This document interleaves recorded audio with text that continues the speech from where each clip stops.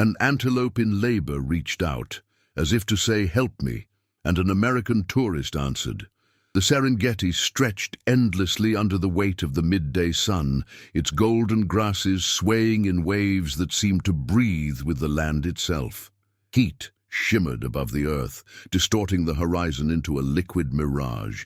A light breeze carried the scent of dry soil and wild sage, mixed with something sharper, the musk of animals, and the faint metallic trace of fear.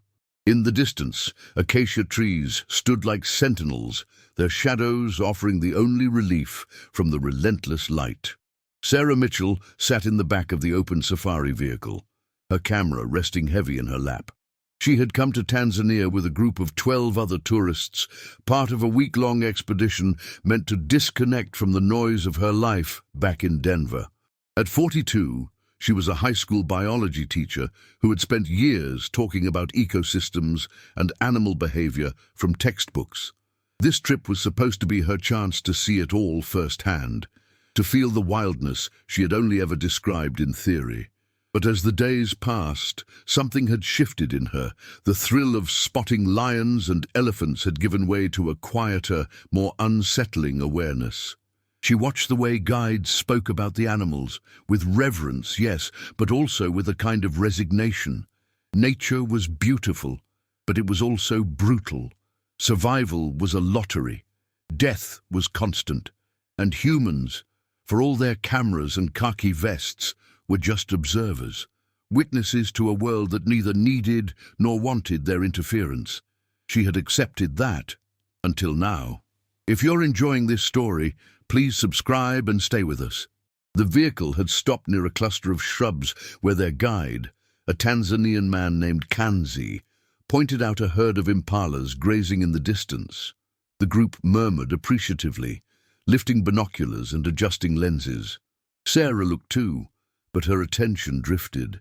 She scanned the landscape with the restless energy of someone searching for something she couldn't name. That's when she saw it.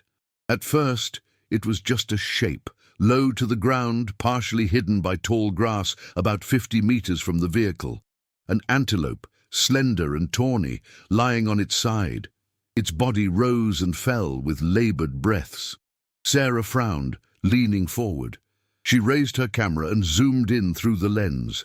The antelope was a female. Her belly was swollen, her legs folded beneath her in an awkward, strained position. Her head lifted slightly, then dropped back to the ground. Her dark eyes were wide, pupils dilated, reflecting a mix of exhaustion and something else, something that made Sarah's chest tighten. Panic. "Kanzi," Sarah said quietly, her voice cutting through the chatter of the group. "That antelope over there.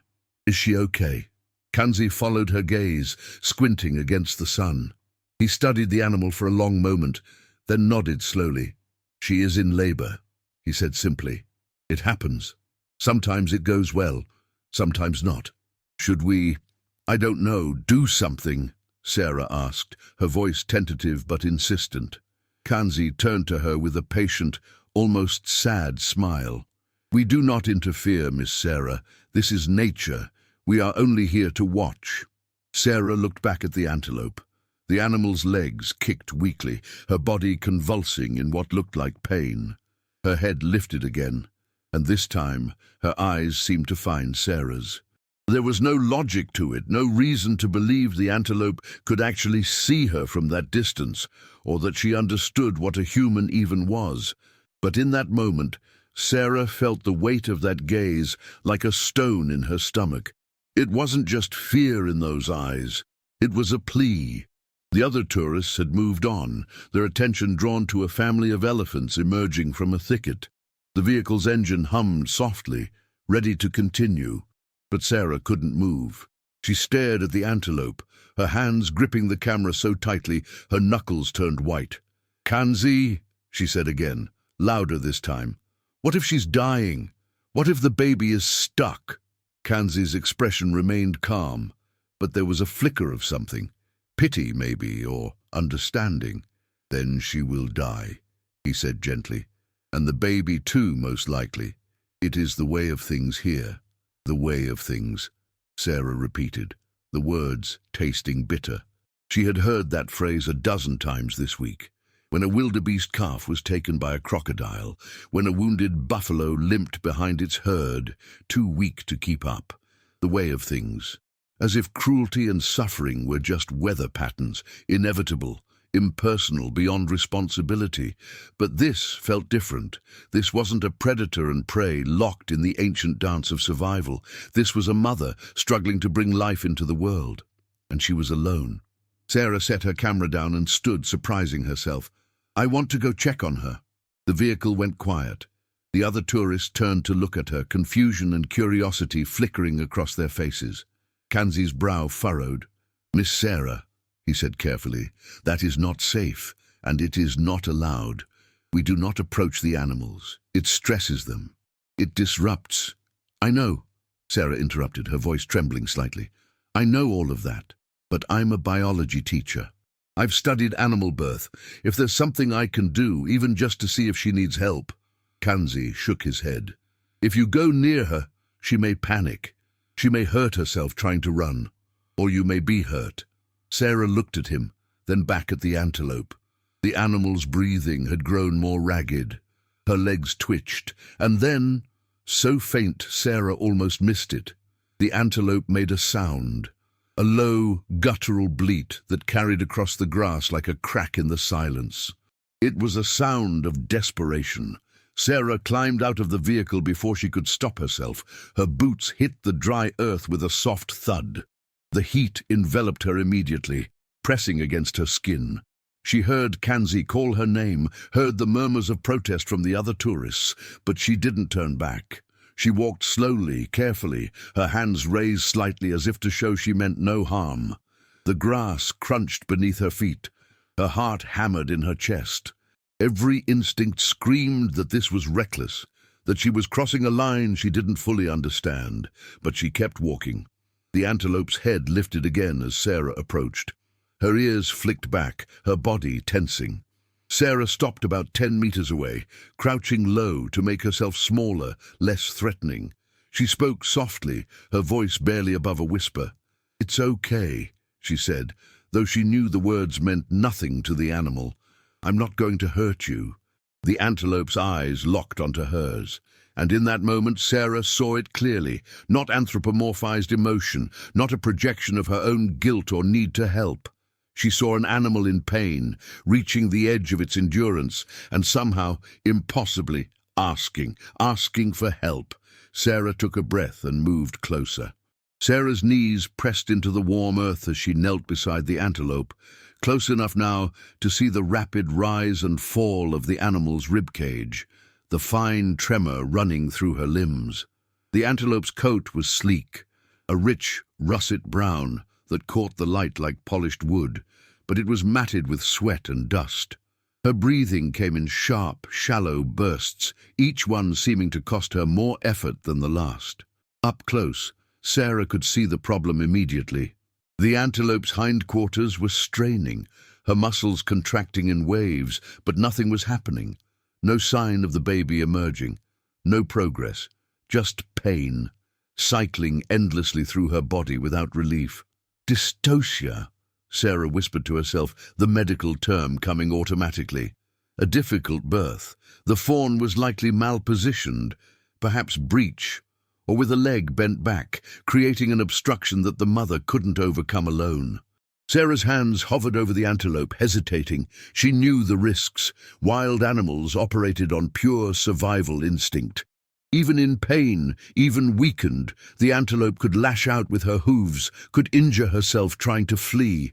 But as Sarah watched the animal's eyes roll back, watched her body shudder with another fruitless contraction, she knew doing nothing was a death sentence. Behind her, she heard footsteps. Kanzi had followed, his approach quiet but purposeful. He crouched beside Sarah, keeping his voice low. "You should not be here," he said, but there was no anger in his tone, only concern. "I know," Sarah replied, not taking her eyes off the antelope, "but I'm already here. And she's dying, Kanzi. The baby is stuck." Kanzi studied the animal for a long moment, then nodded slowly. "You have done this before? Helped with a birth?" Not like this, Sarah admitted. But I grew up on a farm in Montana. We had cattle, horses, goats. I've pulled more than a few calves and foals when things went wrong. It was true, though Sarah hadn't thought about those years in a long time. Her childhood on the ranch outside Billings felt like another lifetime. Before college, before the move to the city, before her life became classrooms and lesson plans and the careful, controlled environment of suburban teaching. Her father had raised cattle, and from the time Sarah was 10 years old, he'd taught her to read the signs of labor, to know when an animal needed help, to reach inside with steady hands and guide new life into the world.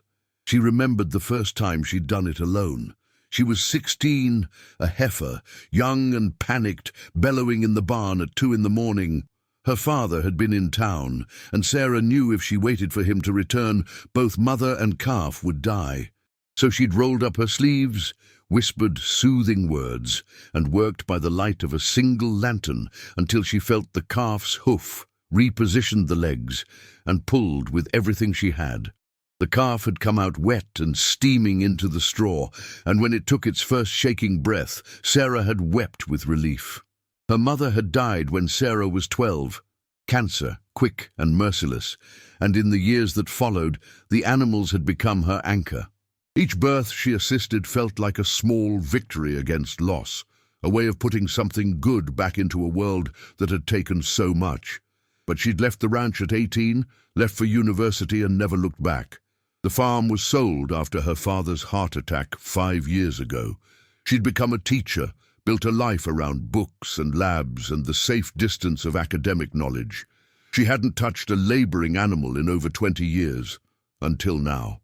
"I can try to help her," Sarah said, her voice steady despite the fear curling in her stomach, "but I need you to trust me."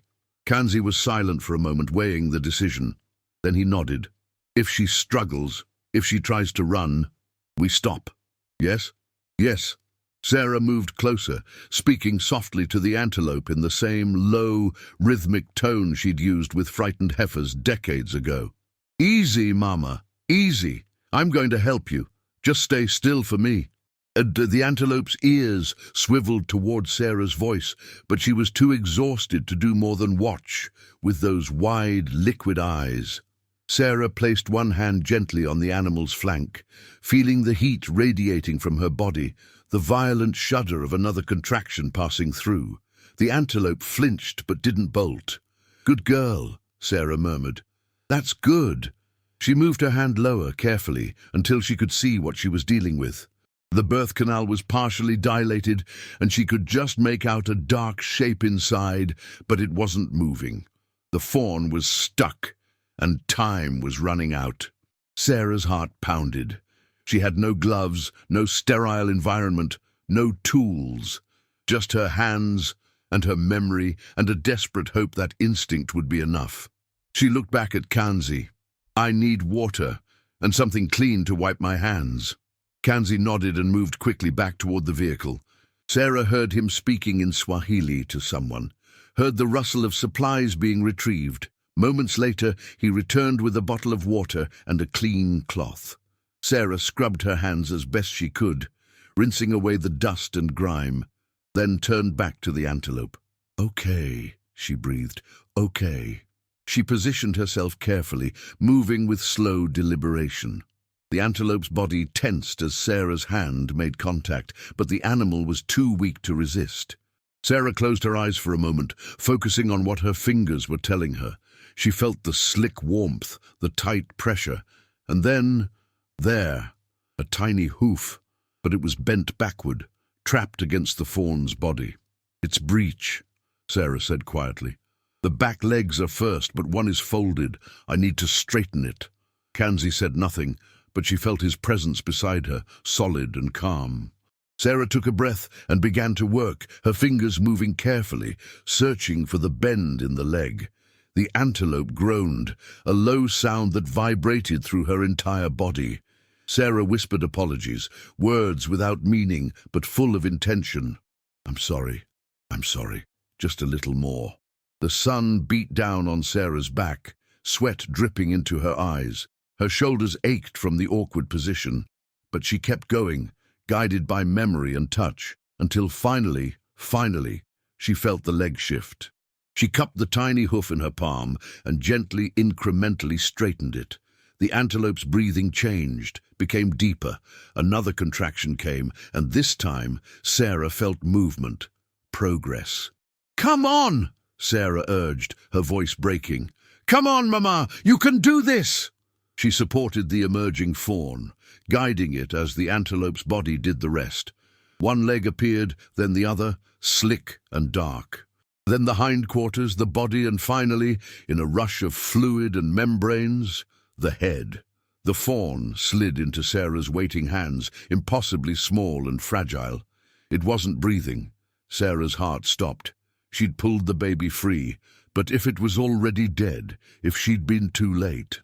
Acting on pure instinct, she cleared the fawn's nose and mouth with her fingers, stripping away the membrane that clung to its face. Then she rubbed its chest vigorously with the cloth, stimulating circulation, trying to spark life. "Come on," she whispered desperately. "Come on, baby, breathe." For a long, terrible moment, nothing happened. Then the fawn's ribcage expanded. A tiny gasp, another, its legs twitched. It was breathing. Sarah let out a sob of relief, clutching the small creature as it began to squirm weakly in her arms. She looked up at Kanzi, tears streaming down her face, and saw that he was smiling. The mother antelope lifted her head, her exhaustion momentarily forgotten. She turned, craning her neck, and made a soft, bleating sound. Sarah carefully, reverently, placed the fawn on the ground in front of her. The mother's nose found her baby immediately, nuzzling it, licking its face and body with long, deliberate strokes. The fawn responded, making tiny mewling sounds, trying to coordinate its gangly limbs. Sarah sat back on her heels, her hands trembling, her clothes soaked with sweat and birth fluids. She watched mother and baby, watched the ancient ritual of bonding unfold, and felt something crack open inside her chest, something that had been closed for a very long time. She had forgotten what this felt like, the raw, unfiltered connection to life, the weight of responsibility, the profound privilege of being present for a moment that mattered. Kanzi touched her shoulder gently. "You did well," he said softly. Sarah wiped her eyes with the back of her hand, smearing dirt across her cheek. "I didn't know if it would work." "But you tried," Kanzi said. "That is the difference." In the distance, the safari vehicle waited, its occupants watching in silence. Sarah could see their cameras raised, capturing the scene. But she didn't care. For the first time in years, she wasn't watching life from behind a lens or a textbook. She was in it, part of it, connected to it in a way that transcended words. The fawn was trying to stand now, its legs splaying out awkwardly, collapsing beneath it. The mother watched patiently, encouraging it with gentle nudges. Sarah knew she should move away, should give them space, but she couldn't bring herself to leave yet, not until she was sure they would both survive. The fawn finally managed to stand on trembling legs, wobbling like a sailor on a storm-tossed deck. Its knees buckled twice before it found its balance, and when it did, it stood frozen, as if amazed by its own vertical existence. The mother antelope lifted her head higher now, some strength returning to her body. She bleated softly, encouragingly, and the fawn took its first unsteady step toward her. Sarah felt her chest swell with something close to joy. Against all odds, they had made it. Mother and baby alive. The worst was over, or so she thought. Kanzi's hand tightened on her shoulder, his grip suddenly firm. "Miss Sarah," he said quietly, his voice carrying a new tension. "We need to go. Now." Sarah looked up at him, confused. "What? Why? They're okay now. Look at them." "Look there," Kanzi interrupted, pointing toward a rise in the land about 200 meters away.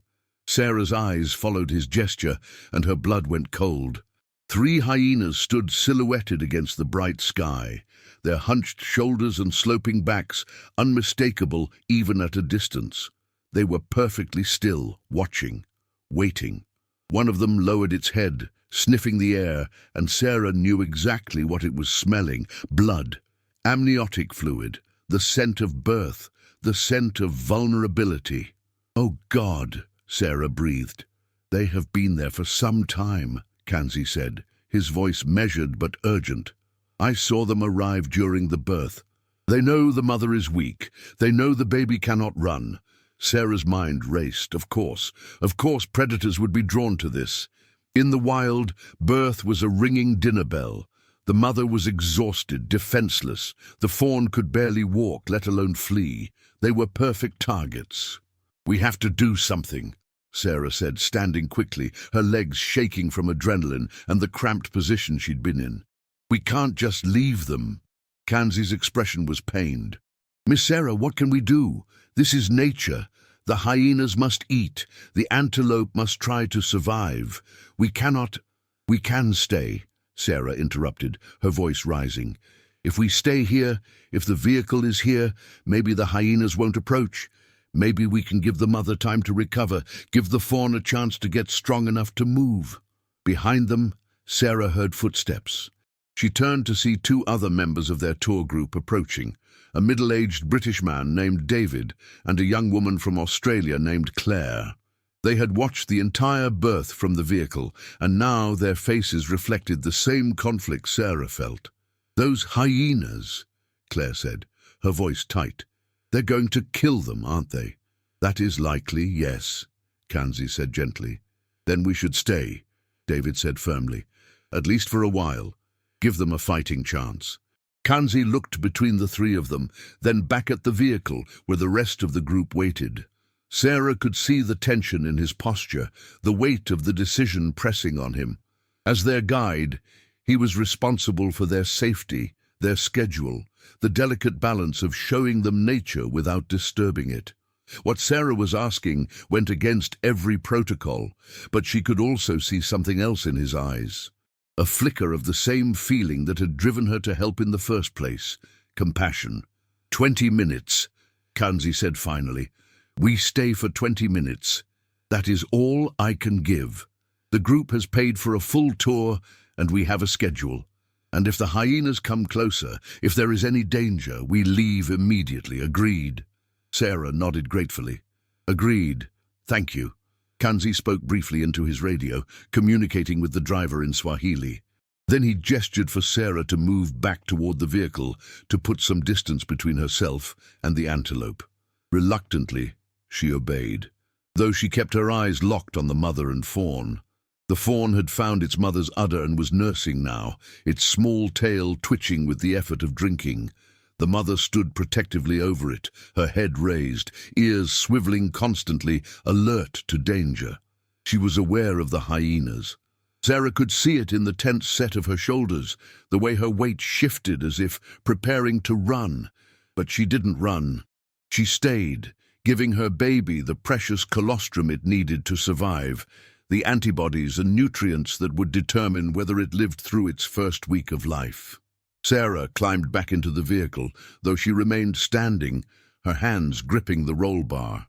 David and Claire joined her. The rest of the group had grown quiet, the earlier excitement of the safari replaced by something heavier.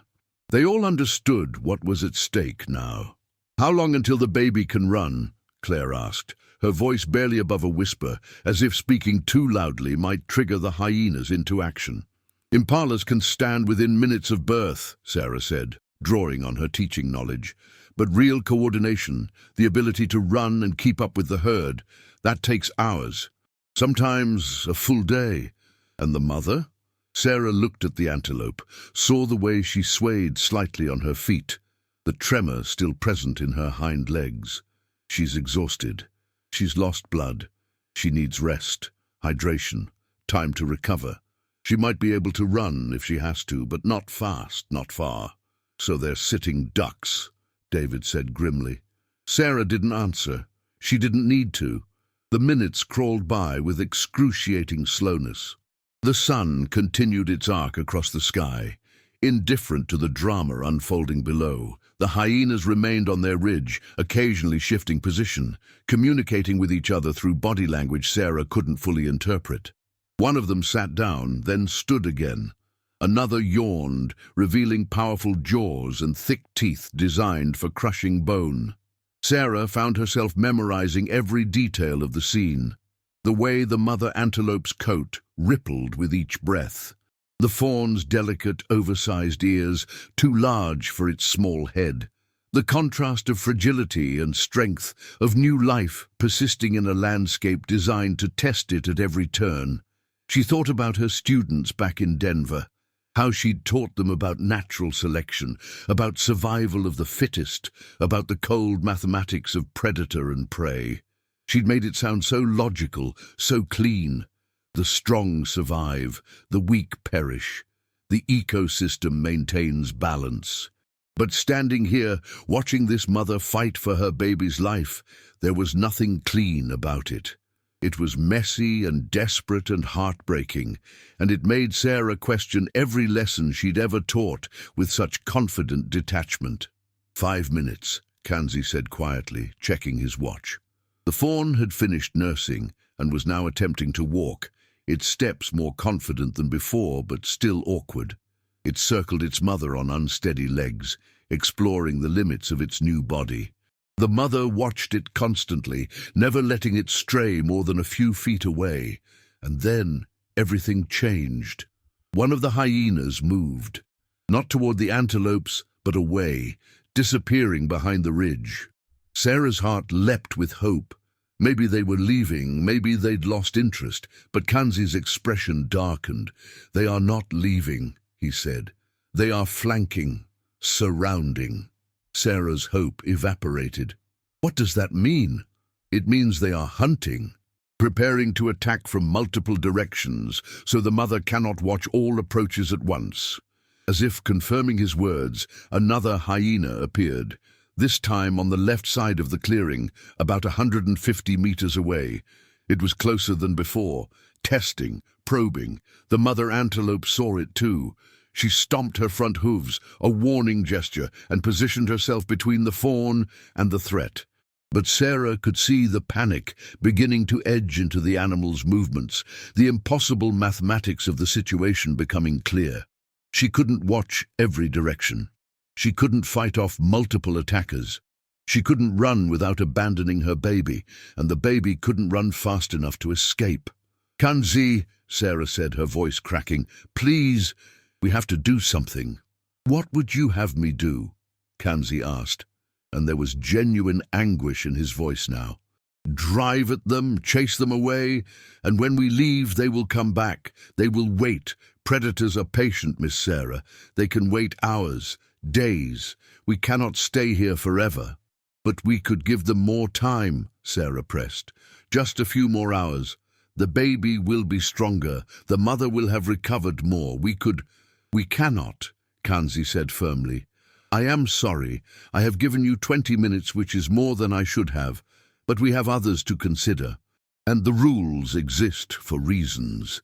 If every safari vehicle stopped to interfere with nature, if we chased off every predator, saved every struggling animal, the entire ecosystem would collapse. You understand this? You are a teacher of biology." Sarah did understand. Intellectually, she understood completely. The hyenas needed to eat. They had cubs of their own to feed. The balance of the ecosystem depended on death as much as life. Interfering was playing God, imposing human values on a world that operated by different rules, but understanding didn't make it hurt less. Understanding didn't silence the voice in her head screaming that she couldn't just walk away, couldn't just leave them to die after fighting so hard to bring them into the world. "Time," Kanzi said softly. The hyenas were closer now. All three were visible, forming a loose triangle around the clearing. They were no longer waiting. They were moving in. The mother antelope bleated, a sound of distress that cut through the air like a blade. She stamped her hooves again, more frantically now, and nudged her fawn urgently. The baby didn't understand the danger, didn't comprehend why its mother was suddenly so agitated. It stood there, confused, its large eyes blinking in the sunlight. Sarah felt tears streaming down her face. She wanted to scream, to jump out of the vehicle, to somehow put herself between the hyenas and their prey. But she knew it would be futile. Worse than futile, it could get her killed, and it wouldn't save them. "Miss Sarah," Kanzi said gently, "we must go." But Sarah couldn't move. She stood frozen, her hands white-knuckled on the roll bar, watching as the closest hyena crept forward another 10 meters. The mother saw it, spun to face it, and in that moment of distraction, another hyena darted in from the opposite side. The mother wheeled back, caught between threats, her breathing ragged with exhaustion and fear. The fawn bleated, a high, frightened sound, and pressed itself against its mother's legs. And then, impossibly, Sarah heard herself say, "No." It wasn't a shout. It wasn't dramatic. Just a single word, quiet and firm. She climbed out of the vehicle. "Miss Sarah!" Kanzi called out, alarm sharp in his voice. "What are you doing? Get back here!" Sarah ignored him. She walked forward, her legs carrying her toward the antelopes as if pulled by an invisible thread. Her heart hammered so hard she could feel it in her throat, hear it in her ears, but her steps didn't falter. She knew this was crazy. She knew this was dangerous. She knew it violated every rule, every protocol, every logical argument Kanzi had made. But she also knew, with a certainty that burned in her bones, that she could not, would not, watch this mother and baby die, not after everything, not after being present for that first breath, those first steps, not after feeling that tiny heartbeat flutter to life in her hands. She reached the antelopes and positioned herself beside them, spreading her arms wide, making herself as large and threatening as possible. She looked directly at the nearest hyena, meeting its eyes. "No," she said again, louder this time. "Not today." The hyena stopped, its head tilting slightly, assessing this new element in its calculations. For a long moment nothing moved. The world held its breath, and then, slowly, Sarah began to understand the true depth of what she had done. The hyenas weren't leaving. They were simply waiting, recalculating, and she was now standing between them and their meal, with nothing but her body and her will to protect two animals who couldn't understand what she was trying to do. She had just made herself part of the equation, and she had no idea what happened next. The hyena's eyes were amber in the harsh light, cold and calculating. Sarah had expected to see malice there, some kind of evil intent, but there was nothing of the sort. Just hunger, just instinct. The animal was doing what evolution had programmed it to do, and Sarah was simply an obstacle between it and survival. Behind her, she heard the antelope mother shift nervously, her hooves scraping against the dry earth. The fawn pressed against its mother's belly, finally sensing the danger, even if it couldn't understand it. Sarah's breath came in short, controlled bursts. Her arms were still spread wide, her body positioned as a barrier, but she could feel how absurd it was. She weighed maybe 60 kilograms. The hyena in front of her was nearly as large, all muscle and jaw strength, designed by nature to tear through hide and bone. And there were 3 of them. What had she been thinking? The answer came immediately. She hadn't been thinking, she'd been feeling. And now she was committed. "Sarah!" Kanzi's voice cut through the tension. She heard his footsteps approaching, fast and purposeful. Within seconds he was beside her, his presence solid and grounding. He didn't tell her to move. He didn't argue. He simply stood next to her, facing the hyenas, making himself part of the wall between predator and prey. "If we are doing this," he said quietly, his eyes never leaving the hyenas, "we do it correctly." Sarah felt a surge of gratitude so powerful it nearly brought her to her knees.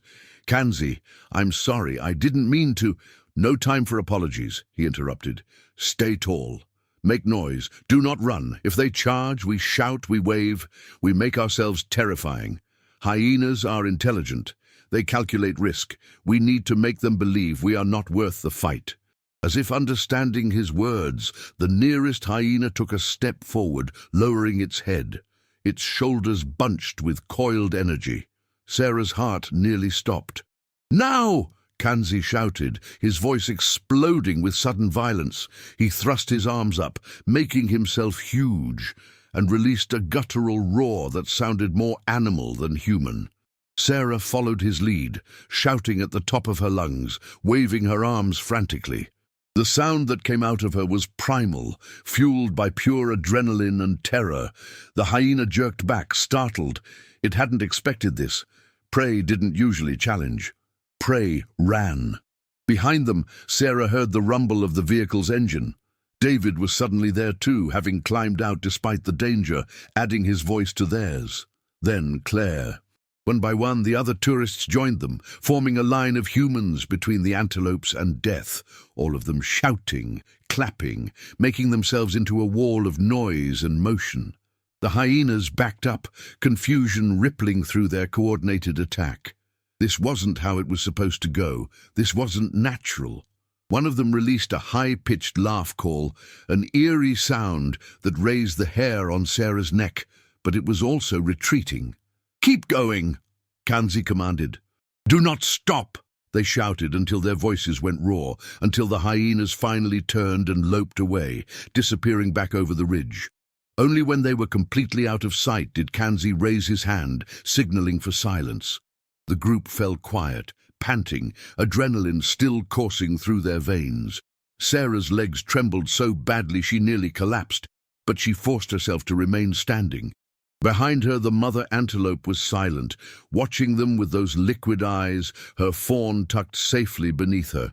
"They will come back," Kanzi said, his voice grim. "Not immediately, but they will circle.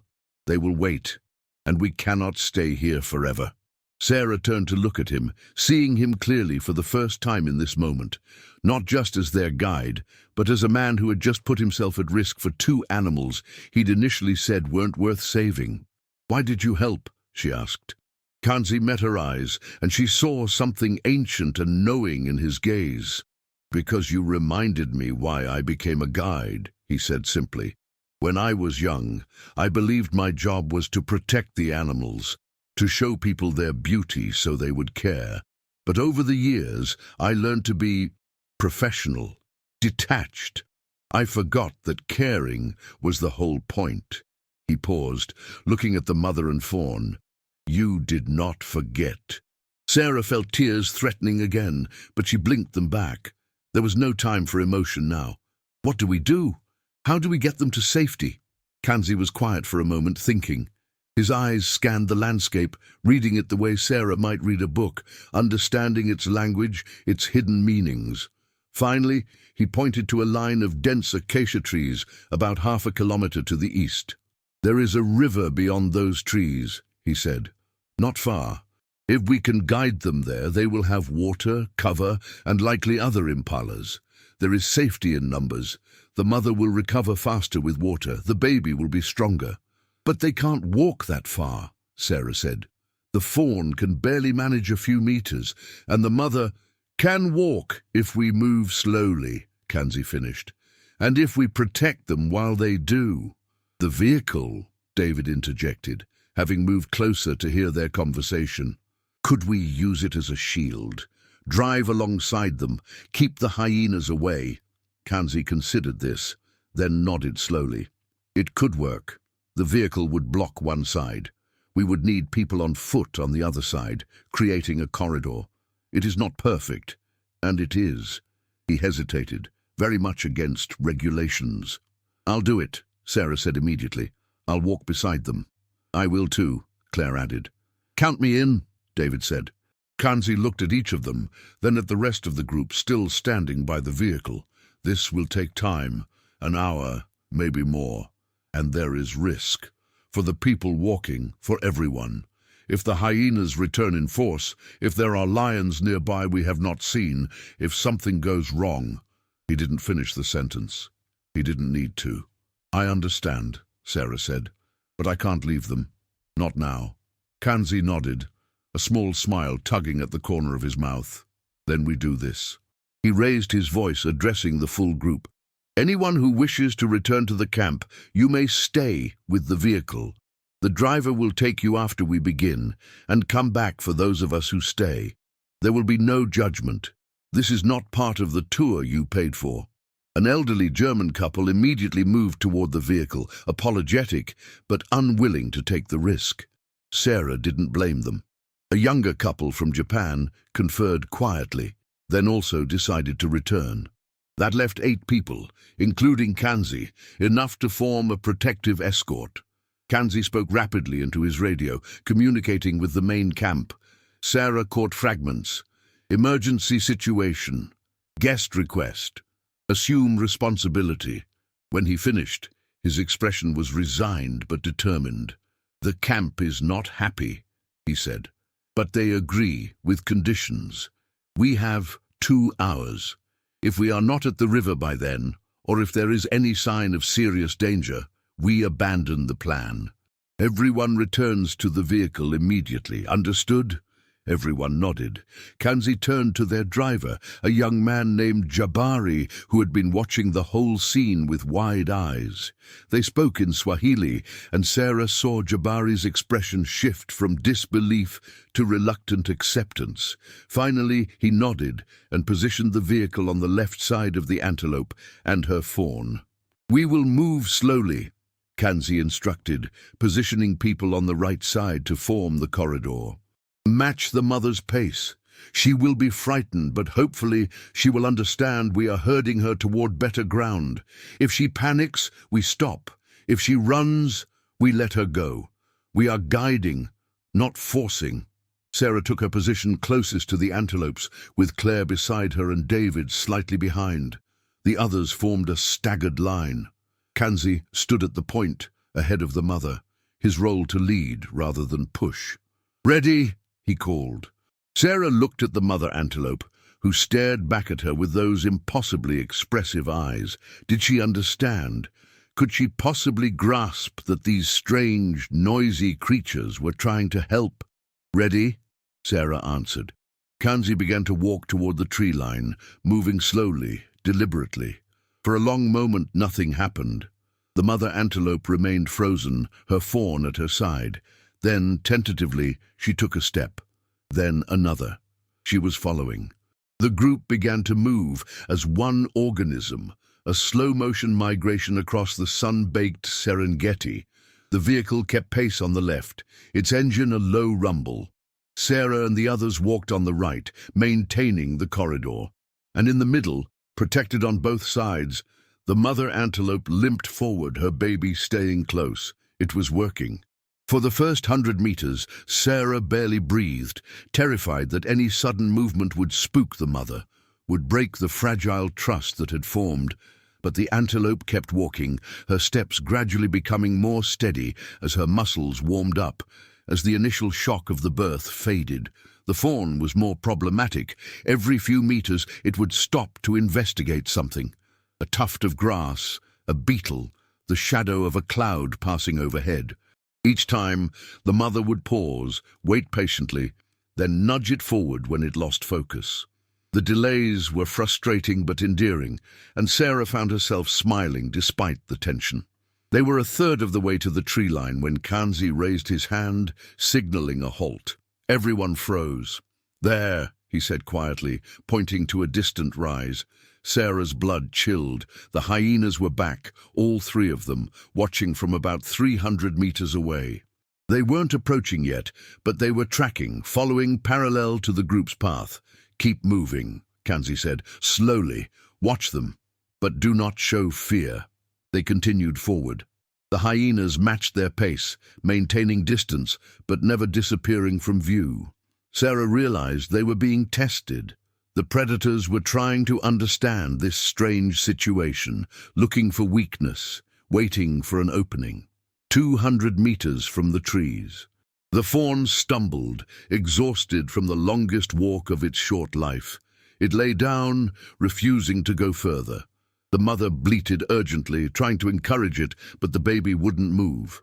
"We need to rest," Sarah said, "just for a few minutes." Kanzi checked his watch, his jaw tight. 5 minutes, no more. The group formed a tighter circle around the resting animals. Sarah knelt beside the fawn, careful not to touch it but close enough to provide shade with her body. The baby's sides heaved with effort, its small pink tongue visible as it panted. It was so young, so fragile, born less than an hour ago and already being asked to trek across dangerous territory. "You can do this," Sarah whispered to it. "Just a little further. You're so strong. Just a little more."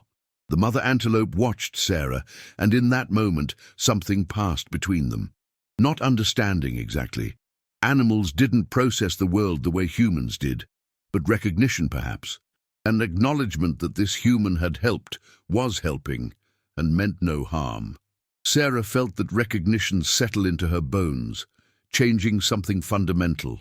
She thought about the distance she'd maintained her whole life, as a teacher, as someone who studied life from behind glass and pages. She'd thought detachment made her professional, made her objective, but she'd been wrong. Detachment didn't make her better, it just made her less connected, less alive, less human. "Time," Kanzi said softly. The fawns stood, wobbling but determined. They began moving again, the trees growing closer with each step. 150 meters, 100, 75. The hyenas moved closer too, sensing that time was running out, that their prey was about to reach safety. They began to circle more actively, testing different angles. 50 meters from the trees. The mother antelope sensed the safety ahead and quickened her pace, forgetting her exhaustion. The fawn struggled to keep up, bleating with effort. 25 meters. One of the hyenas broke from the pack, making a sudden dash toward the gap between Sarah and Claire. Claire screamed, jumping back, and for a split second the corridor opened. The hyena lunged for the fawn. But Sarah was faster. Operating on pure instinct, she threw herself forward, putting her body between the predator and its target. She screamed, a sound of rage and defiance, and the hyena skidded to a stop, startled by the direct confrontation. David was there instantly, and Kanzi, both of them shouting, advancing on the hyena. The predator backed up, recalculating once again, then retreated to its companions. "Go!" Kanzi shouted. "Into the trees, now!" The mother antelope needed no further encouragement. She bolted, or as close to a bolt as her weakened body could manage, and plunged into the shadows beneath the acacias. The fawn somehow found a last reserve of energy and followed, its gangly legs carrying it into the safety of cover. The human group rushed after them, not stopping until they were deep enough into the tree line that the hyenas wouldn't follow. Only then did they halt, gasping, hearts pounding. Through the dappled shade, Sarah could see a glint of water beyond the trees. They'd made it. Against all odds, they'd actually made it. The mother antelope stood at the edge of the water, drinking deeply, her baby beside her.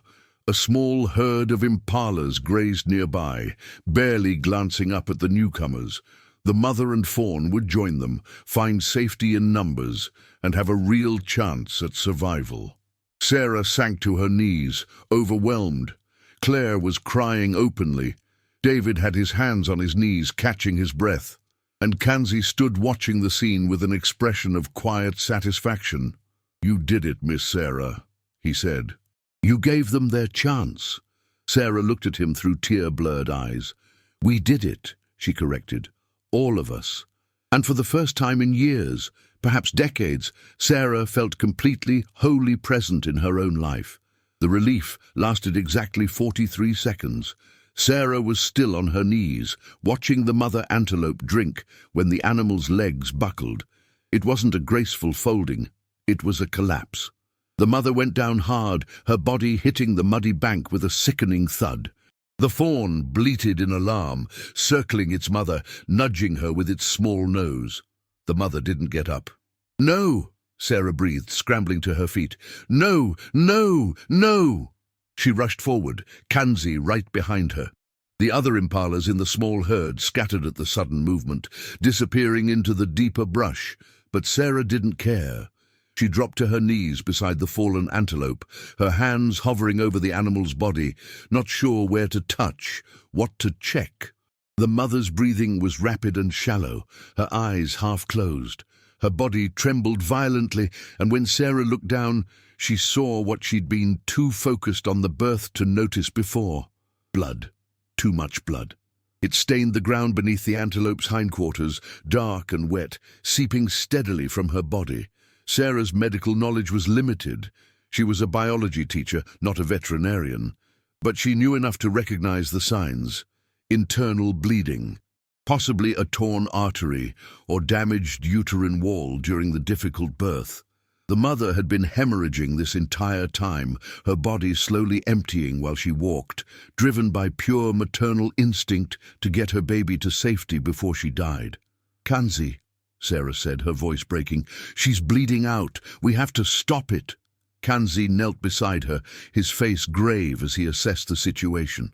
He placed a hand gently on the antelope's flank, feeling the rapid, thready pulse beneath her skin. "Miss Sarah," he said quietly, "there is nothing we can do. This is internal. We have no equipment, no medicine. Even if we had a veterinarian here, I do not think—" "Don't say it," Sarah interrupted sharply. "Don't you dare say there's nothing we can do. There's always something." But even as she spoke, she knew the truth. They were in the middle of the Serengeti, miles from the nearest veterinary clinic, with no medical supplies beyond a basic first aid kit in the vehicle. And even if they could somehow transport the antelope, which would require sedation they didn't have and would likely kill her faster from the stress, what then? Surgery? Transfusions? On a wild antelope who would fight every moment of human contact? The logistics were impossible. The reality was brutal. The mother was dying. Sarah looked at the fawn, who was now lying pressed against its mother's body, making soft, mewling sounds. The baby had no understanding of what was happening. It only knew that something was wrong, that the warmth and safety it had known for less than 2 hours was slipping away. "How long does she have?" Sarah asked, her voice barely audible. Kanzi shook his head. "Minutes, maybe an hour if she's strong. But Miss Sarah, you must understand, even if the mother survives this, the baby will not. A fawn this young cannot survive without its mother. It needs milk, protection, warmth. Without her, it will die within a day. Perhaps 2 if it is very lucky." The words hit Sarah like a physical blow. All of this, the birth, the desperate walk, the confrontation with the hyenas, all of it had been for nothing. They had fought so hard, risked so much, and in the end, nature was going to take them both anyway. The unfairness of it made Sarah want to scream. "There has to be something," she said desperately, looking around as if the solution might be hidden in the trees or grass. "What about the other impalas? Could they adopt the fawn?" "It is very rare," Kanzi said gently. "Most antelope mothers will reject offspring that are not theirs. They can smell the difference. And a fawn this young, this weak, the herd will not slow down for it. It will be left behind." Sarah's mind raced through possibilities, each one hitting a wall of impossibility. Bottle feeding? They had no formula, no way to get milk. Capture and transport to a sanctuary? Even if they could find one that would take a wild antelope, doubtful. The stress of capture would likely kill the fawn. Leave it here and hope? That wasn't hope. That was just abandonment with a prettier name. Claire had moved closer, tears streaming down her face. "This can't be how it ends," she said. "Not after everything." David stood silent, his face a mask of controlled grief. The others had gathered at a respectful distance, watching the tragedy unfold, with the helpless horror of people confronting the limits of their power. Sarah looked down at the mother antelope. The animal's eyes had opened slightly, and they found Sarah's face. Even now, weakened and dying, the mother's gaze held something Sarah recognized. Not peace, not acceptance, desperation, a mother's final, futile attempt to save her child. Something inside Sarah broke open. Or perhaps it was something that had been broken for a long time, finally cracking completely, letting the light in. She thought about her own mother, dying in that hospital room, while Sarah sat helpless, holding her hand, unable to stop the cancer from consuming her. She thought about the years she'd spent building walls, choosing distance over connection, because connection meant vulnerability, and vulnerability meant pain. She thought about the moment this morning when she'd climbed out of the vehicle, when something had pulled her toward this antelope with a force she couldn't explain or resist. And she understood, finally, what that force had been. It wasn't about saving the antelope. It had never been about that. It was about refusing to be a passive observer in her own life. It was about choosing, for once, to care more about doing what felt right than what was logical or safe or acceptable. It was about being present for the struggle, even when the outcome was uncertain, especially when the outcome was uncertain. "Kanzi," Sarah said, her voice steadier now, "how far is the nearest animal rehabilitation center?" Kanzi frowned, confused by the question. "There is a wildlife sanctuary about 60 kilometers north of here, near Serenera." "But Miss Sarah, do they take orphaned animals? Do they have the facilities to bottle feed a newborn fawn?" Understanding dawned in Kanzi's eyes, followed quickly by doubt. "They do, yes. But the journey there, with a fawn this young, in a vehicle, it is very stressful. The fawn might not survive the trip." "But it might," Sarah pressed. "It's a chance. Better than leaving it here to die slowly. Even if we get it there, the sanctuary is a non-profit. They are always overcrowded, underfunded. They may not have space or resources. They may say no." "Then I'll pay," Sarah said immediately. "Whatever it costs. I'll cover the expenses for the fawn's care for as long as it needs." Kanzi stared at her. "Miss Sarah, that could be months, possibly a year before it can be released back to the wild. The cost—" "I don't care about the cost," Sarah interrupted. "I'll take a second job if I have to. I'll fundraise. I'll figure it out. But I am not leaving this baby here to die, not if there's even a chance we can save it." Claire stepped forward suddenly. "I'll contribute too. Whatever you need, count me in." "And me," David added firmly. "I'm retired. I have savings. Put me down for half the cost if needed." One by one, the other members of their small group stepped forward, offering money, support, whatever it would take. Sarah felt her throat tighten with emotion.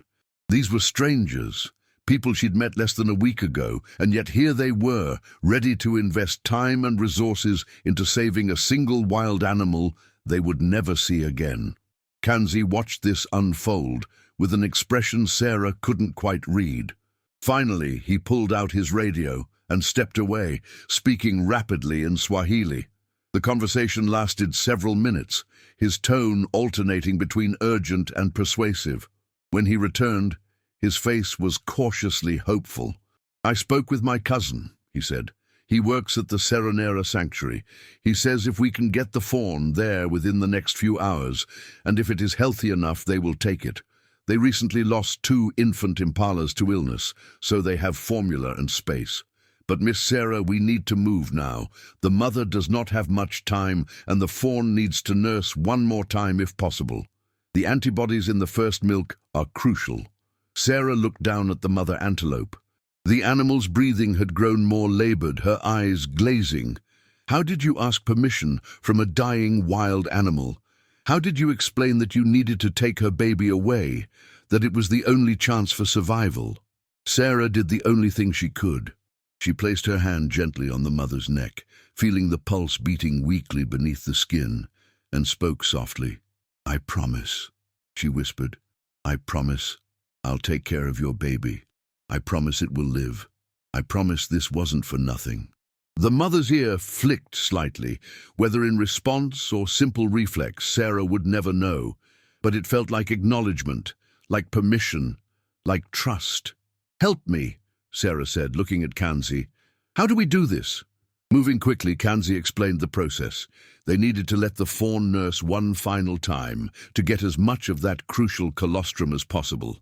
Then they would need to pick up the fawn, which would be terrifying for it, and transport it in the vehicle while keeping it as calm as possible.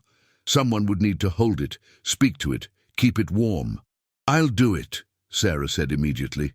"I'll hold it." "It will struggle," Kanzi warned. "It will be frightened. It may hurt you trying to escape." "I don't care." They guided the fawn to its mother's udder one last time. The baby latched on instinctively, drinking while its mother lay still, her strength nearly gone. Sarah watched, memorizing every detail.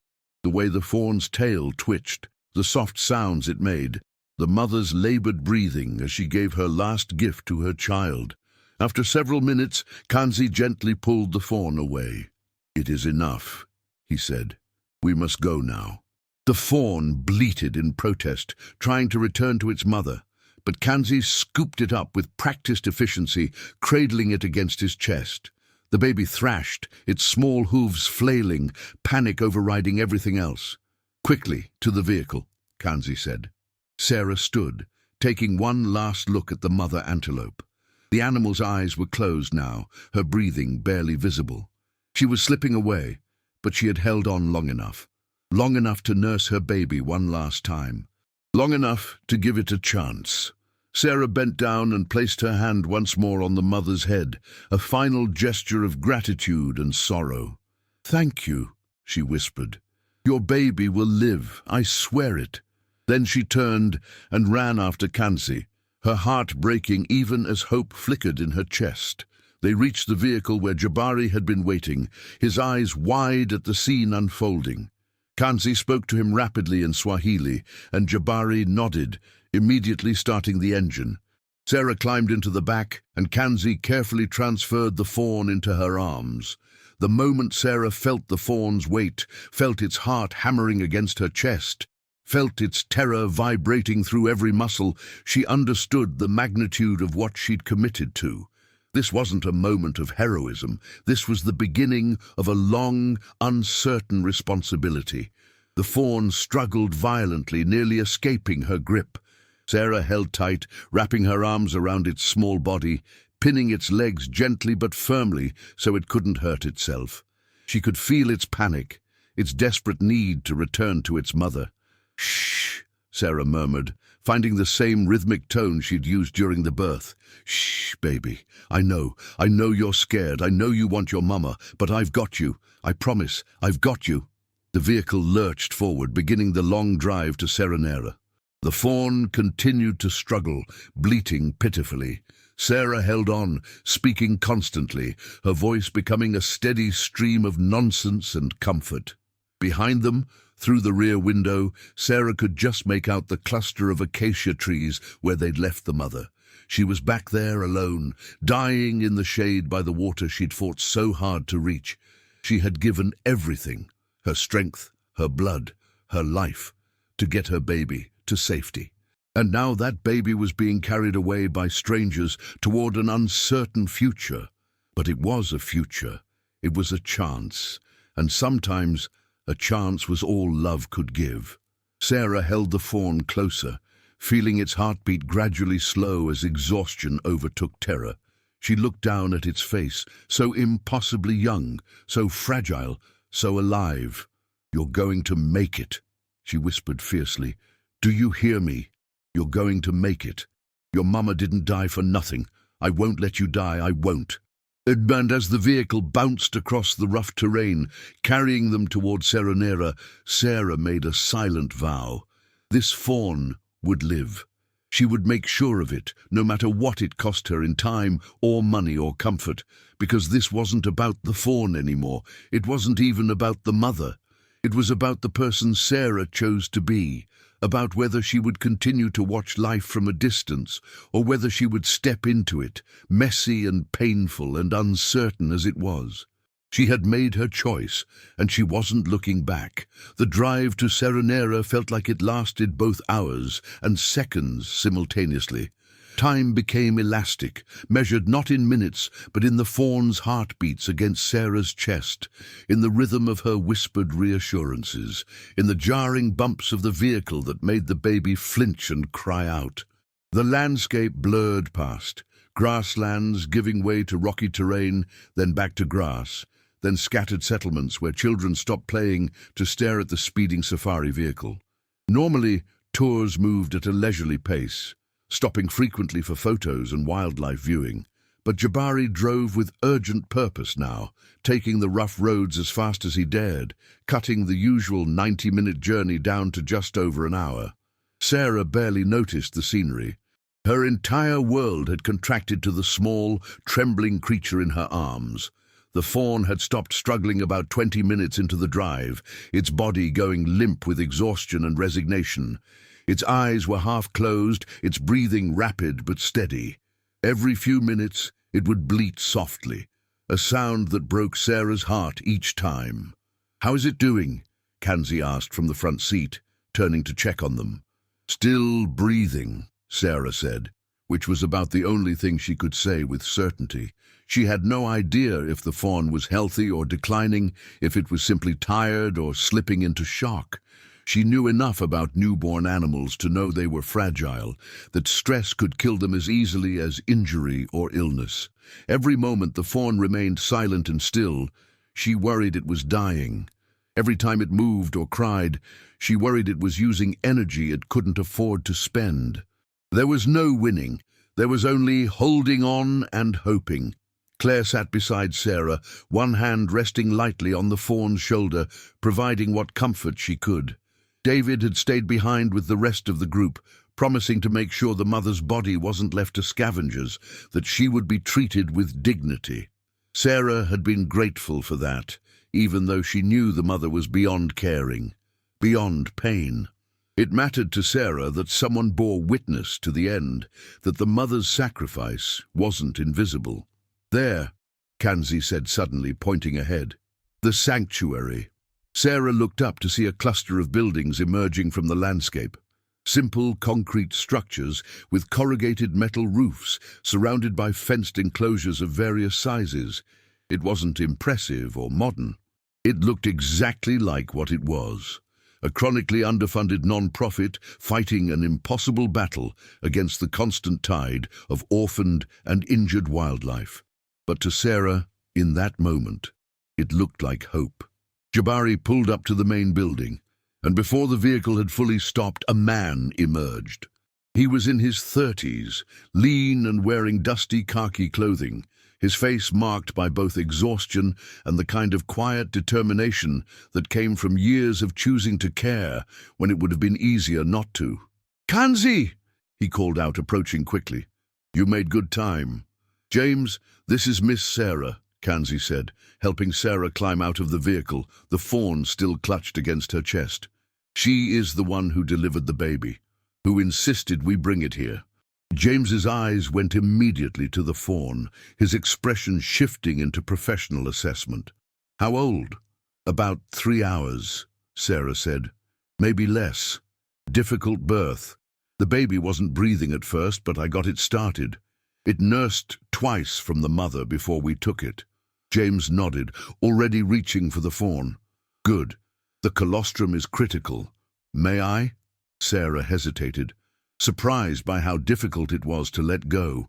In just over an hour, she'd become attached in a way that defied logic, but she forced herself to release the fawn into James's capable hands. He carried it quickly into the building, Sarah and the others following. Inside was a basic clinic area, examination table, medical supplies, incubators and holding pens. The smell of animals and antiseptic hung in the air. James laid the fawn on the examination table and began a rapid assessment, checking its eyes, ears, mouth, feeling its abdomen, listening to its heart and lungs with a stethoscope. The fawn bleated weakly, trying to stand, but James gently restrained it. "Easy, little one. Let me make sure you are whole." Sarah watched, barely breathing, as James worked. Every sound he made, every or soft click of his tongue, sent her anxiety spiraling. Finally, after what felt like an eternity, he stepped back. "Temperature is slightly low, but not dangerously so," he said. "Heart rate is elevated, which is expected given the stress. No obvious injuries. Umbilical cord looks clean. Eyes are clear. Based on what I can see, the fawn is healthy." He paused, meeting Sarah's eyes. "But the next 48 hours are critical. Infant mortality is high, even in the best circumstances. Stress, dehydration, infection, any of these could take it. I need you to understand that." "I understand," Sarah said, though hearing the words spoken aloud made them more terrifying. "What do we do now?" Now we give it formula, warmth, and rest, James said. He moved to a refrigerator and retrieved a bottle of prepared formula, testing the temperature on his wrist. This is specially formulated for ungulates, as close as we can get to antelope milk. The fawn needs to feed every 3 to 4 hours around the clock for the first few weeks. He approached the fawn slowly, speaking softly in Swahili mixed with English, and offered the bottle's nipple. The fawn turned its head away, uncertain. James tried again, placing the nipple against the baby's mouth, squeezing slightly so a drop of formula appeared. The fawn's instincts took over. Its mouth opened, latching onto the nipple, and it began to suck with desperate hunger. Sarah felt tears spring to her eyes as she watched the fawn drink, its small body relaxing as warm nutrition filled its stomach. "That is a very good sign," James said, smiling for the first time. "Many orphaned animals refuse the bottle at first. This one wants to live." The words hit Sarah with unexpected force. Wants to live. Such a simple phrase, but it contained everything. The will to survive that had kept the mother walking even as she bled. The instinct that had driven the fawn to stand on brand new legs. The spark of life that refused to be extinguished, even in the face of impossible odds. When the bottle was empty, James carefully lifted the fawn and carried it to a warming pen, a large enclosure lined with soft blankets and equipped with a heat lamp. He placed the baby inside, and it immediately curled up, its exhaustion finally overcoming everything else. "It will sleep now," James said. "We will monitor it constantly. If it makes it through tonight, the odds improve significantly." "Can I stay?" Sarah asked immediately. "I know it's not normal, but I need to." She stopped, not sure how to explain the compulsion. James looked at her for a long moment, then nodded. "You can stay. We have a small guest room. It is nothing fancy, but you are welcome to use it. However, I must be clear. Becoming too attached is not wise. This is a wild animal. If all goes well, it will be released back to its habitat in a year or so. You will not be able to take it home. You will not be able to visit regularly. The goal is always to minimize human contact, to keep the animal wild." "I know," Sarah said. "I'm a biology teacher. I understand the importance of not habituating wildlife to humans. But I need to be here, at least for tonight, to know that it survives." "I understand," James said gently. And from the look in his eyes, Sarah believed he truly did. Kanzi approached, placing a hand on Sarah's shoulder. "I must return with Jabari to collect the rest of the group and continue the tour schedule, but I will check on you tomorrow. And Miss Sarah," he waited until she met his eyes, "what you did today was extraordinary. Not just the helping, but the refusing to give up. You reminded me what it means to truly care. Thank you for that." Sarah hugged him impulsively, feeling him stiffen in surprise before returning the embrace. "Thank you for standing with me," she whispered, "for not making me feel crazy." "You were not crazy," Kanzi said firmly. "You were human. There is a difference." After Kanzi and Jabari departed, Claire stayed, having decided she too wanted to remain at the sanctuary for the night. Together, she and Sarah helped James with his evening rounds, feeding 2 other orphaned impalas, changing the dressing on an injured zebra's leg, administering medication to a young warthog recovering from a snake bite. The work was unglamorous and exhausting, but it was also grounding.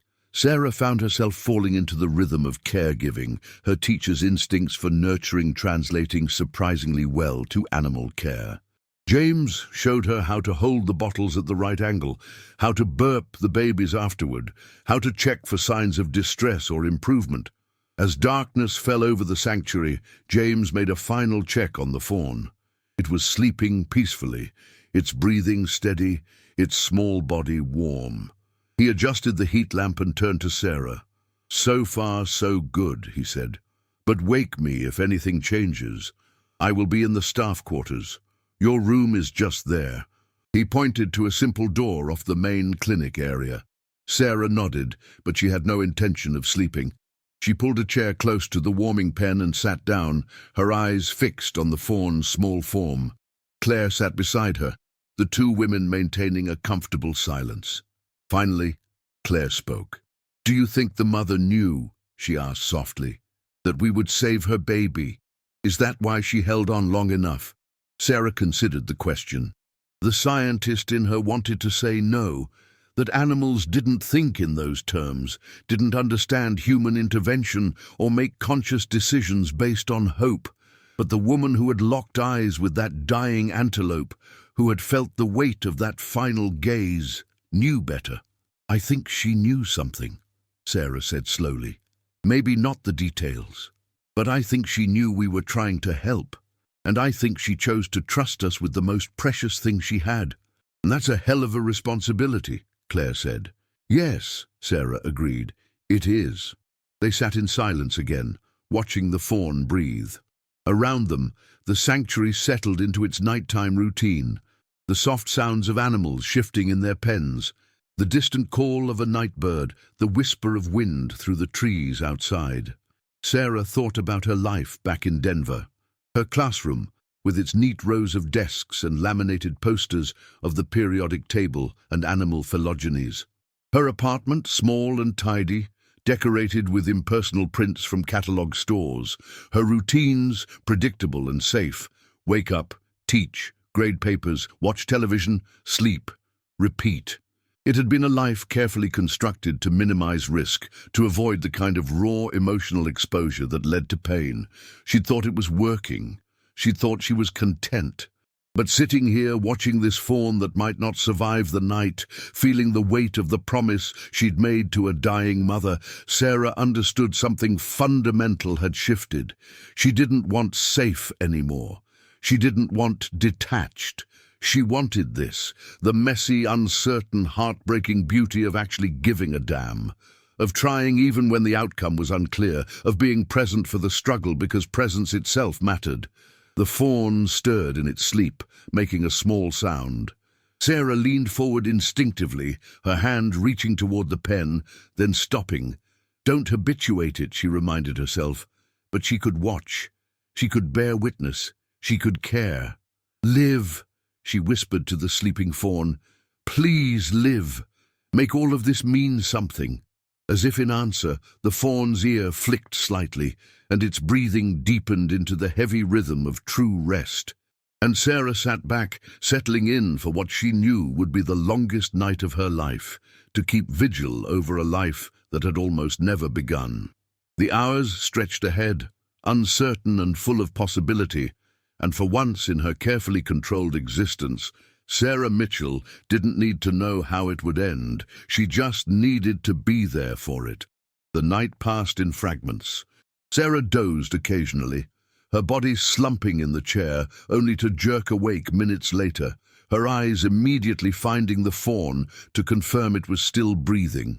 Each time, the small ribcage would rise and fall, steady and reassuring, and Sarah would exhale the breath she hadn't realized she'd been holding. Claire had fallen into deeper sleep around midnight, curled up on a cot James had brought out. But Sarah couldn't surrender to that kind of rest. She kept her vigil watching the fawn, the way one might watch a candle flame in a storm, terrified that looking away, even for a moment, might invite disaster. Around 3 in the morning, the fawn woke, bleating softly. Sarah immediately fetched James, who appeared within seconds, already alert, despite the hour. He prepared another bottle, and this time when he offered it, the fawn latched on even more eagerly than before, draining the formula with determined pulls. "Strong appetite," James observed, and Sarah heard the cautious optimism in his voice. "That is excellent." After feeding, the fawn remained awake for a while, its large eyes taking in the unfamiliar surroundings. Sarah kept her distance, remembering the importance of not imprinting, but she couldn't help speaking softly. "Your mama would be proud," she said. "You're fighting so hard, just like she did." The fawn's ears swiveled toward her voice, but whether in recognition or simple response to sound, Sarah couldn't tell. After several minutes, the baby settled back down, curling into the blankets, and sleep claimed it once more. Dawn arrived slowly, the darkness lifting by degrees until pale gold light filtered through the sanctuary windows. James came out to check on the fawn, conducting another thorough examination. When he finished, he was smiling. Temperature is normal. Heart rate is good. No signs of infection or distress. Miss Sarah, I believe your fawn is going to make it. The words hit Sarah like a wave, and suddenly she was crying. Great, heaving sobs that came from somewhere deep and primal. Claire woke and rushed over, wrapping her arms around Sarah, and Sarah let herself be held while she wept with relief and exhaustion and grief and joy all tangled together. "It's okay," Claire murmured. "It's going to be okay." And for the first time since this entire journey began, Sarah believed it. The next few days passed in a blur. Sarah extended her stay in Tanzania, cancelling her return flight and paying the change fees without hesitation. She spent her days at the sanctuary, not interacting directly with the fawn. James was strict about that, but helping with other tasks, learning the rhythms of the place, making herself useful. She fed injured birds. She cleaned enclosures. She held bottles for other orphaned animals. She listened to James and his small staff tell stories of rescues and releases, of heartbreaks and miracles, of the endless work of trying to heal a world that seemed determined to break itself. And she watched the fawn grow stronger each day. By the third day it was standing more steadily, exploring its pen with increasing curiosity. By the fifth day it was bouncing, that characteristic stiff-legged jump that young impalas did, as if testing out the springs in their legs. James introduced it to two other orphaned fawns, and Sarah watched through a window as the three babies sniffed each other, then began to play in the awkward, delightful way of very young things learning how their bodies worked. "It will have companions now," James explained. "They will grow up together, learn from each other. When the time comes to release them, they will form a small herd, which gives them better odds of survival." "When will that be?" Sarah asked, already dreading the answer. 8 to 10 months, most likely. We need them to be strong enough to evade predators, to find food and water, to integrate with wild herds. It is a careful balance. Keep them too long, and they become dependent on humans. Release them too early, and they die. Sarah nodded, understanding the delicate calculus of rehabilitation. "And until then? Until then, we feed them, care for them, and prepare them for the wild. It is expensive and labor-intensive, which is why your financial support means everything. Most sanctuaries cannot afford to take every orphan. We have to make difficult choices about which animals we can help."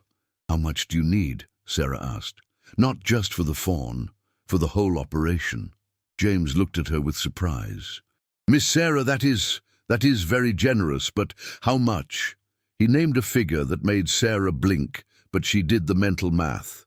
Her teacher's salary wasn't enormous, but she lived simply. She had savings, and more importantly, she had connections. Other teachers, students, the broader community. She thought about the viral power of social media, about fundraising platforms, about the story she could tell. "I'll figure it out," she said firmly. "Whatever it takes." "Oh." On her 7th day at the sanctuary, Sarah finally returned to the spot where the mother antelope had died. Kanzi had offered to take her, understanding without being told that she needed this closure. David had asked to come as well, and the three of them drove out in the early morning, the land still cool and quiet.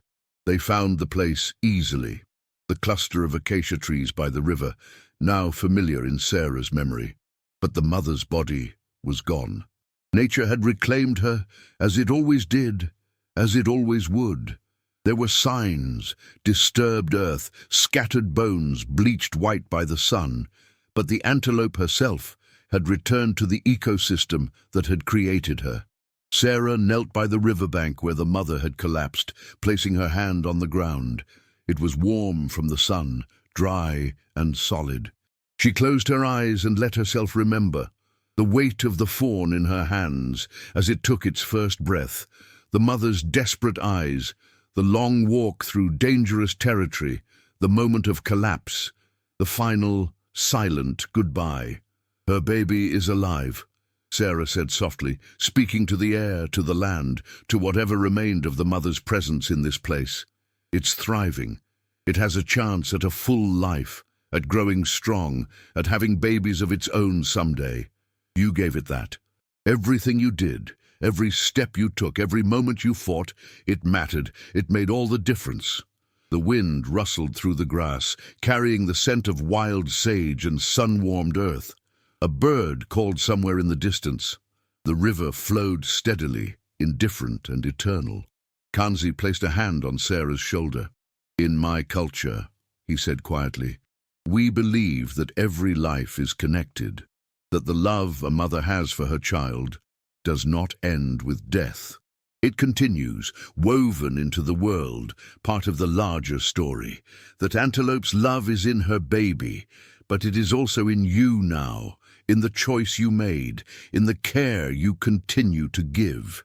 Sarah felt tears slip down her cheeks, but they were different from the desperate tears of that first night. These were tears of acknowledgement, of honoring, of letting go while still holding on. Thank you, she whispered. Thank you for trusting me. They stayed a while longer, the three of them, bearing witness to the place where a mother had given everything. Then, as the sun climbed higher and the day grew hot, they returned to the vehicle and drove back toward the world of the living. Sarah's final day in Tanzania arrived too quickly. She spent it at the sanctuary, saying goodbye to James and his staff, to the animals she'd come to know, and finally to the fawn. It was in the outdoor enclosure with its companions, playing in the shade. It had nearly doubled in size in just 10 days, its legs stronger, its movements more coordinated. It was beautiful and wild and full of life. Sarah stood at the fence, watching, and felt a complicated mix of emotions.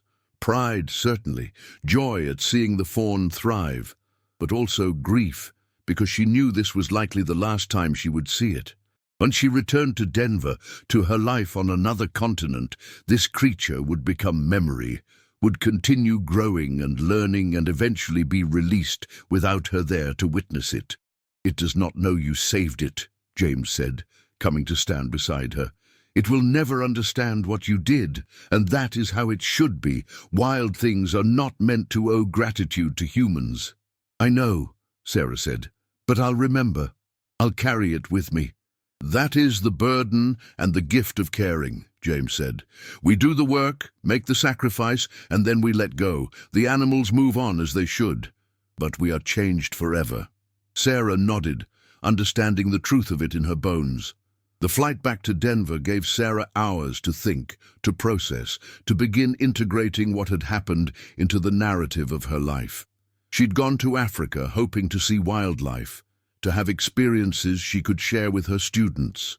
She'd expected to take photos, to observe from a safe distance, to return home with anecdotes, and perhaps a slightly broader perspective on the natural world. She had not expected to reach into the messy reality of birth and death. She had not expected to look into the eyes of a dying mother and make a promise that would fundamentally alter her understanding of herself. She had not expected to discover that the distance she'd maintained her entire adult life wasn't protecting her. It was slowly suffocating her. When she returned to her classroom 2 weeks later, Sarah found she couldn't teach the way she used to. The textbook explanations of natural selection, of ecosystem dynamics, of predator-prey relationships, they all felt inadequate now, incomplete. So she began telling stories instead. She told her students about an antelope in labor, reaching out across the vast divide between species. She told them about the choice to help, even when the outcome was uncertain. She told them about hyenas that were neither evil nor cruel, just hungry. She told them about a mother who walked until her body failed, driven by a love that transcended survival instinct. And she told them about a fawn thriving in a sanctuary, being given the chance to grow wild and free. The students listened with an attention she'd never achieved through lectures. They asked questions that went beyond test material, questions about ethics and responsibility and what it meant to care about the world. They organized fundraisers for the sanctuary, creating art to sell and hosting events, raising thousands of dollars. But more than that, they began to see biology not as a collection of facts to memorize, but as a living story they were part of. Sarah received updates from James monthly, accompanied by photos. The fawn continued to thrive. At 6 months it was gangly and adolescent, all legs and ears. At 8 months it was sleek and fast, indistinguishable from any other young impala except for the tiny ear tag used for monitoring. At 10 months James sent a message. "We are preparing for release next month. The 3 fawns from that group are ready. They have formed a strong bond and will be released together near a known impala herd. I will send you photos of the release, but after that, we will not track them. That is when they become truly wild again." Sarah read the message, feeling both sadness and rightness. This was how it was supposed to go. This was the goal all along. The release happened on a clear morning in the Serengeti, not far from where the fawn had been born. James sent photos. 3 young impalas, healthy and strong, bounding out of a transport crate into the grassland. In the distance, a herd of wild impalas grazed, and the 3 youngsters immediately oriented toward them, instinct guiding them home. The final photo showed the 3 of them disappearing into the herd, becoming indistinguishable, becoming wild. Sarah printed that photo and hung it on her classroom wall above her desk, where she would see it every day. It reminded her of what was possible when you chose to step into life rather than observe it from a distance, when you allowed yourself to care even though caring meant vulnerability, meant potential pain, meant making promises you weren't certain you could keep. She never saw the fawn again, never knew if it survived its first year in the wild, if it eventually had fawns of its own, if the mother's bloodline continued into future generations. But she knew she had given it a chance. And she knew that somewhere in the Serengeti there was a young impala that existed because a mother had refused to give up, and because a human had chosen to answer when that mother reached out. Sometimes, late at night when Sarah couldn't sleep, she would think about that moment, the antelope's eyes meeting hers, the impossible plea passing between them. She would think about all the small choices that had led to that instant, the choice to notice, to care, to act, despite fear and logic and protocol. She thought about the person she'd been before that day, careful, distant, protected behind walls of detachment. And she thought about the person she was now, still careful, but engaged, still cautious, but willing to risk, still herself, but more so, as if some essential part of her had been sleeping and had finally woken up.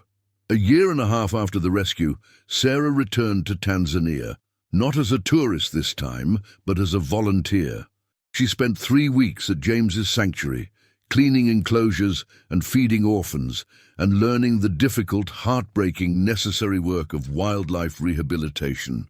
On her last day, James took her back to the river, to the place where it had all begun. They stood beneath the acacia trees, looking out over the landscape that had witnessed so much drama, so much life and death and desperate love. "Do you ever wonder," James asked, "what would have happened if you had stayed in the vehicle that day, if you had followed the rules and just observed?" Sarah considered the question. The mother would have died.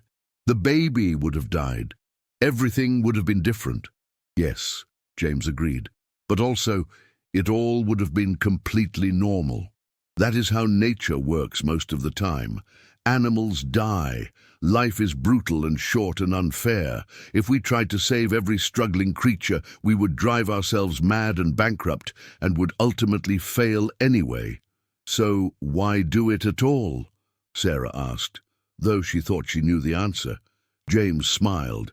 Because occasionally, just occasionally, we are given a moment where we can make a difference. Not because we must, not because we can save everything, but because in that specific moment, with that specific creature, we are able to help. And if we turn away from those moments, if we harden ourselves against them in the name of being practical or realistic, then what kind of people are we? What kind of world are we creating? Sarah nodded slowly. We save the ones we can. We save the ones we can, James echoed, and we carry the ones we cannot. And we keep showing up day after day, knowing the work is never finished. That is what it means to care about something larger than yourself. They stood in silence, the wind moving through the grass, the river flowing steadily on its ancient path. And Sarah felt, for the first time in her life, like she was exactly where she was supposed to be. Not because everything was perfect or resolved, but because she was present. She was engaged. She was alive in every sense of the word.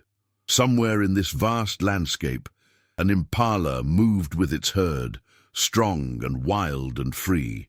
It would never remember the woman who had pulled it into the world, who had held it through its first terrifying night away from its mother, who had kept a promise made to a dying antelope under the merciless African sun.